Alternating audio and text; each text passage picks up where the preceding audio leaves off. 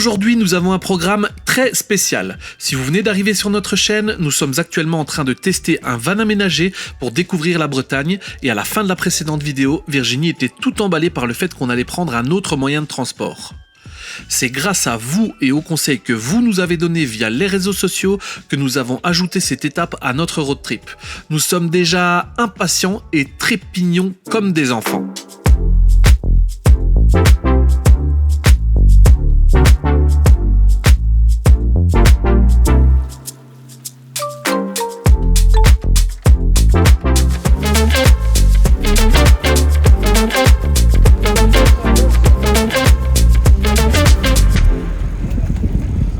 Voilà, après 10 minutes à peine sur ce charmant petit bateau, nous sommes arrivés sur l'île de Bréhat qui est presque déserte en cette période de l'année. Donc c'est très agréable de se balader dans les ruelles, de profiter de cet air vraiment printanier ici.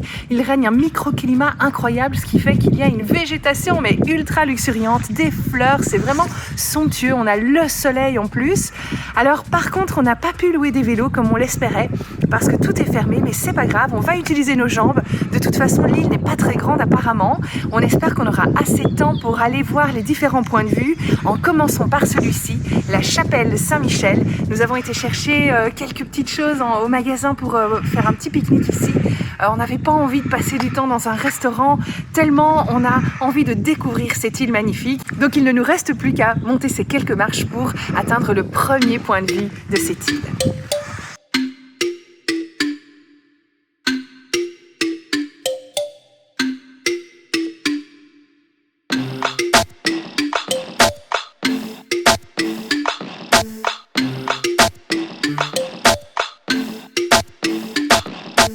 Ici, la petite chapelle, c'est le point culminant de l'île.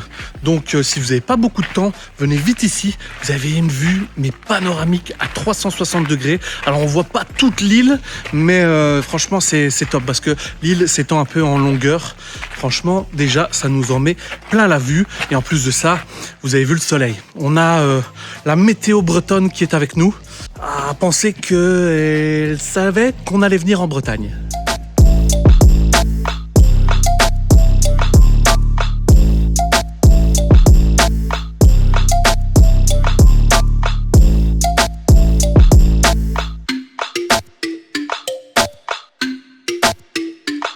Alors après la petite chapelle, on a pris la direction du nord, direction le phare du Pan. Alors vous l'avez vu, on a été à la pointe du Groin, ça ressemblait à un groin. Ici on va au phare du Pan, donc dites-moi en commentaire à quoi vous pensez que ça va ressembler. Ici, c'est désertique. C'est dès qu'on monte dans le nord de l'île, ça devient beaucoup plus sauvage. Et alors, il y a des roches roses, comme vous voyez là-bas.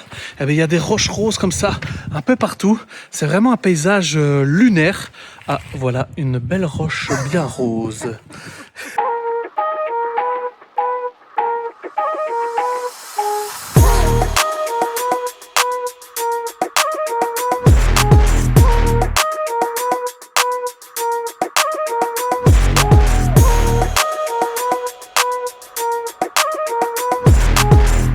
Alors pour le coup, cet endroit, il est absolument somptueux. Franchement, c'est magique. J'ai même l'impression en fait que c'est un décor qu'on a posé là pour un film de science-fiction ou j'en sais rien, mais c'est vraiment incroyable. Et encore une fois, la météo est parfaite, mais je me dis que en fait, quand il y a aussi de la brume, ça peut être très mystérieux, très agréable aussi. Donc ouais, vraiment gros coup de cœur.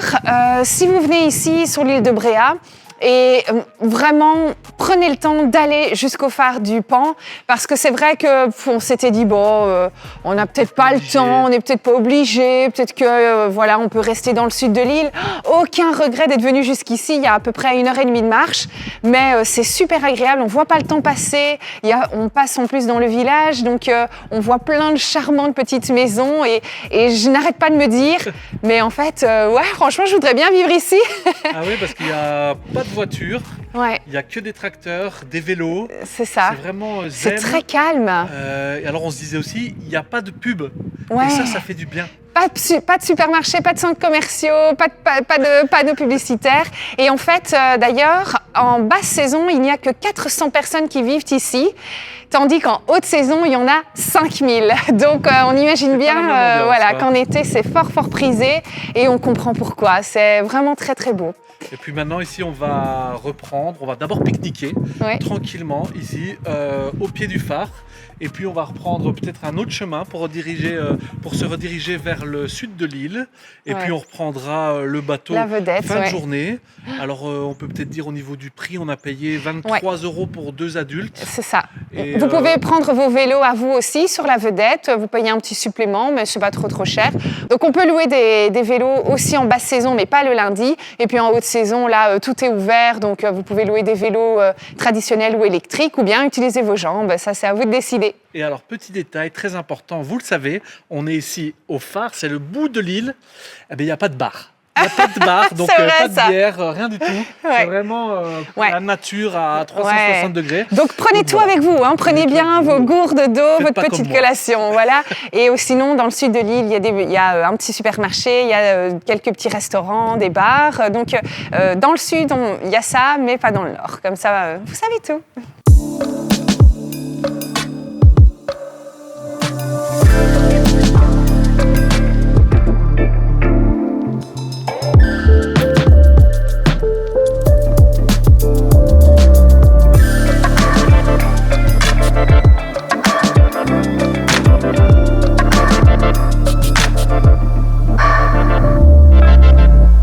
Alors, pour notre petit pique-nique, on a pris du pain au maïs, j'adore ça, avec une petite tartinade. Je te tiens, tu me tiens par la tartinade, une petite tartinade bretonne.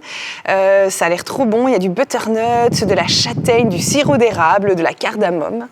Et puis en dessert, évidemment, on a pris des petits sablés de Retz, des petits sablés bretons, comme ça on reste vraiment dans le thème jusqu'au bout. Qu'on a pris ce qu'on pouvait dans le petit supermarché, heureusement qu'il était là, c'est parfait pour nous. C'est depuis notre tour d'Europe en camping-car que nous avons appris à aimer randonner. Se promener, c'est gratuit, c'est bon pour la santé, ça nous fait découvrir plein de choses à notre rythme. Sur cette magnifique île de Bréhat, on savoure de pouvoir découvrir les lieux à pied. On a l'impression d'être un peu hors du temps. On ne croise pas un chat. Enfin si, un. Il fait si calme, c'est si serein, un vrai petit paradis.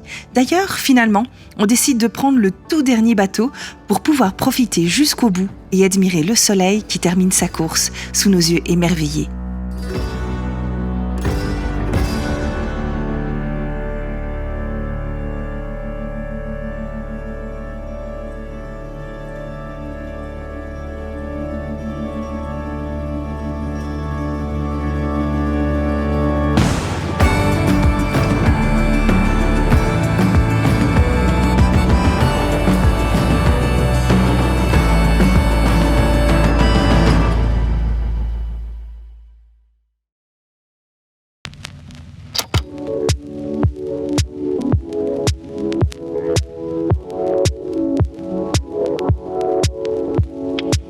Tous les matins, il me faut mon petit thé, c'est obligatoire. En plus, j'ai reçu du thé de ma maman, donc je suis super contente. Il est excellent, je l'ai déjà goûté. Et puis voilà, c'est ça qui est cool, c'est que pour se faire un petit thé, il ne faut pas grand-chose. Dans le van, c'est pratique. Je peux faire mon thé assise. Et puis... ça aussi, c'est super pratique, ma gourde et ma petite tasse. Maintenant, on ne voyage jamais sans, que ce soit pour aller faire une rando ou pour partir en voyage. On a toujours tous nos petits accessoires, les poipoines avec nous. Et je suis vraiment contente de notre gourde. Elle est isothermique et puis donc on peut mettre du chaud, du froid. Elle est super jolie. C'est moi qui ai fait le petit design. Si ça vous plaît, n'hésitez pas à aller jeter un œil sur notre boutique.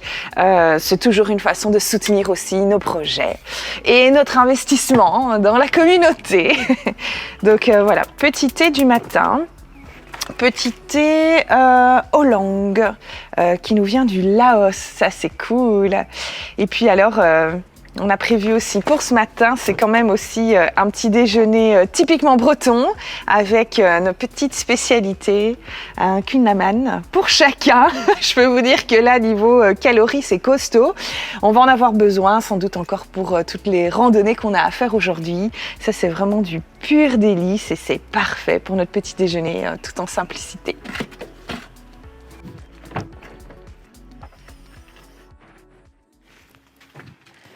Bon, c'est sûr que dans un van, voilà, niveau organisation, pour aller chercher ses vêtements le matin, faut sortir du van. On est très souvent dehors, quand même plus que dans le camping-car. Heureusement, il ne pleut pas, donc ça va, mais voilà, à deux, c'est nickel. J'ai trouvé de la place pour toutes mes affaires. Voilà, ça fait du bien aussi d'être au grand air. En fait, je me rends compte que comme on est dehors dès le matin et sans manteau, en fait, on s'habitue plus. Et là, j'ai l'impression qu'il fait super bon, en fait. Je meurs sous le beurre du kunnaman.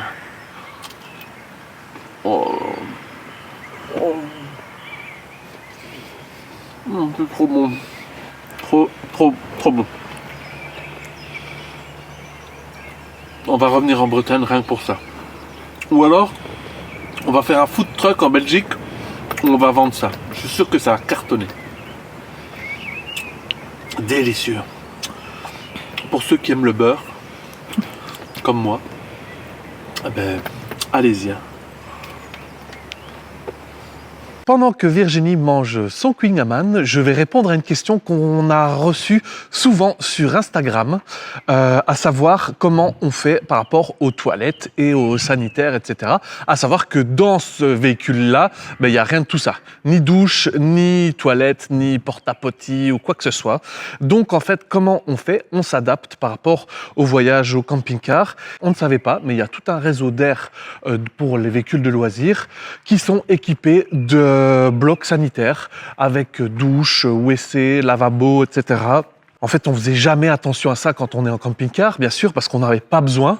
Mais ici, donc, on a pu trouver ça assez facilement ici en Bretagne. Alors je ne sais pas si vous voyez, c'est une très grande aire. On est seul, à part là-bas, il y a un petit Carthago et là-bas, il y en a un très sympa aussi. On est seul ici et on a ce bloc sanitaire ici. Et donc on a toujours un peu peur quand c'est un bloc sanitaire. On se dit, mon Dieu, à quoi ça va ressembler à l'intérieur? Et je vais vous montrer et vous allez être étonnés comme quoi c'est vachement propre.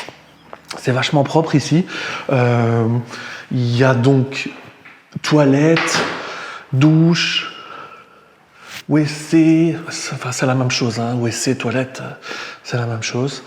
Donc ouais, c'est plutôt cool, plutôt propre. Voilà, donc pour répondre à la question, comment on fait pour les sanitaires quand on est en road trip avec un minivan comme celui qu'on fait actuellement? Deuxième question que vous nous avez beaucoup posée aussi sur Instagram, c'est est-ce que la tente de toit, c'est un mécanisme assez facile, c'est facile de mettre en place, de la sortir et de la rentrer? Eh bien, je vais vous montrer tout ça. Vous allez voir, c'est assez simple. Alors, il n'y a pas de moteur, tout est mécanique à la force de votre bras. Et en fait, voilà, c'est assez simple. Donc, comme vous pouvez voir, je me tiens facilement debout dans le van. Ça, c'est plutôt cool parce qu'on n'est pas toujours tordu. Et en fait, pourquoi? Parce qu'ici, vous avez, je vais vous mettre là, voilà, vous avez le matelas qui descend. Donc ici, c'est le sommier et le matelas. Voilà. Et puis, une fois que celui-ci est descendu, eh bien, alors là, on n'a plus qu'à tirer sur cette poignée-là, ici, comme ça. Voilà, on retire ça. Voilà. Et puis, en fait, on tire fort, fort, fort. Et puis en fait, ici, vous avez des petites attaches. Donc ça, c'est l'attache de sécurité. Et puis ici, vous avez une petite boule qui rentre dedans et il suffit de clipser. Donc, pour ceux qui se posaient la question, est-ce que la tente de toit, c'est difficile? Eh bien, la réponse est non. Pour nous, en tout cas, c'est très facile. Et puis, vous avez des ouvertures avec une tirette ici pour pouvoir voir des 3 côtés. Donc, devant et sur les 2 côtés, il y a chaque fois moustiquaire et un plastique pour pouvoir voir. Et ça, c'est plutôt cool parce qu'en camping-car, il y a certaines capucines ou certains lits à l'arrière où on ne voit pas ce qui se passe autour du véhicule. Ici, on a une vue sur les 3/4 du véhicule s'il y avait quoi que ce soit. Donc, voilà. Ça, c'était le bilan de la tente de toit. Ceux qui se posaient la question, oui, c'est facile. C'est facile. Est-ce que c'est plus confortable qu'un camping-car? Non, parce que c'est plus fin. Mais c'est quand même facile.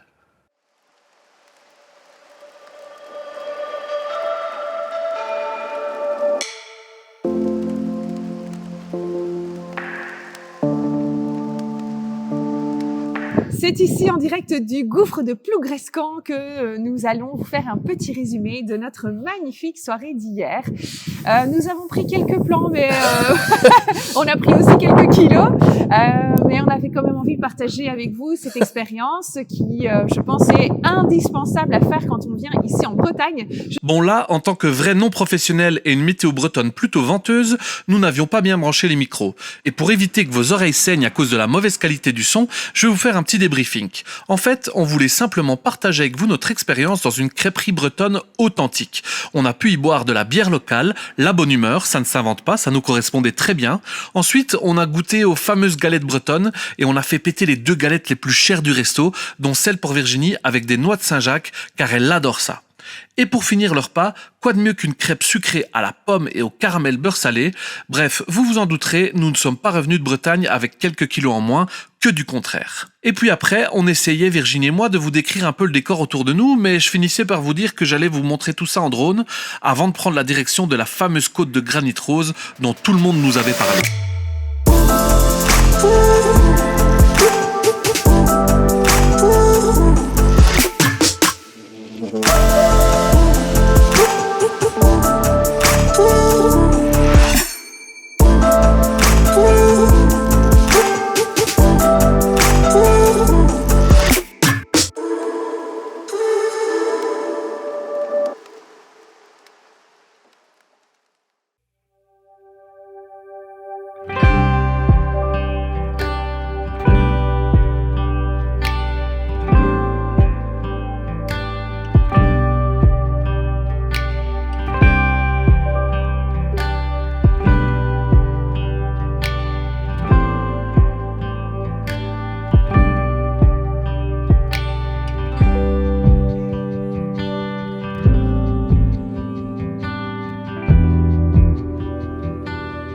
Alors nous sommes arrivés ici à Perros-Guirec, on s'est garé à un parking le long du sentier des douaniers.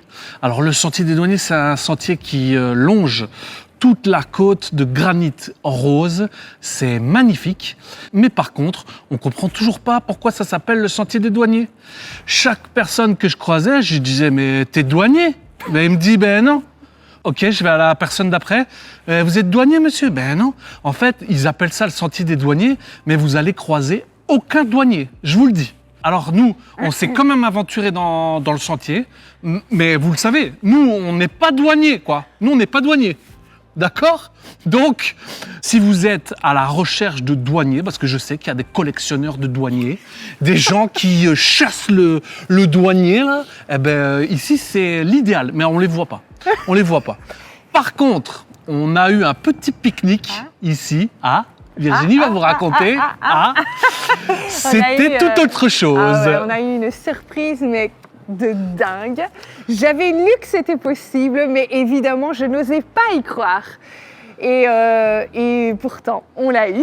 Nous étions installés pour pique-niquer. Ouais, on a choisi un endroit. Alors ici, il y a des rochers partout. Donc voilà, il se trouve qu'on a choisi un petit endroit un peu reculé, par hasard. C'est comme ça, c'est la vie. Et on était en train de pique-niquer. Puis à un moment donné, je tourne mon regard. Et là, qu'est-ce que je vois? des dauphins. Et c'est magique, là on retrouve complètement son âme d'enfant. Moi je suis complètement dingue de voir comme ça des dauphins. Je trouve que c'est extraordinaire. On a eu beaucoup de chance. Ouais. Alors pour ceux qui ont déjà vu des dauphins, ben voilà, ils vont se dire ouais, ben, les popoines ils sont toujours émerveillés, etc. Oui, nous c'était la toute première fois. Alors on en avait vu un au Danemark, mais c'était pas vraiment un dauphin, un marsouin. C'est ça. Ici c'est clairement des dauphins. D'ailleurs j'ai essayé de capter quelques images. Alors c'est vraiment rikiki. Hein, c'est pas facile, mais ils sont restés quand même longtemps dans le périmètre face à nous. Et il y avait d'ailleurs plein d'albatros au-dessus d'eux. Et donc on est resté, je sais pas, une bonne demi-heure à les regarder. Ils devaient être 5, 6 peut-être. Plus, c'est très Et alors, bon, ça dure une demi-seconde quand ils passent au-dessus de l'eau. On en a vu un qui a fait un petit saut, qui a sauté. Et bon, à chaque fois, c'est vraiment beaucoup d'émerveillement.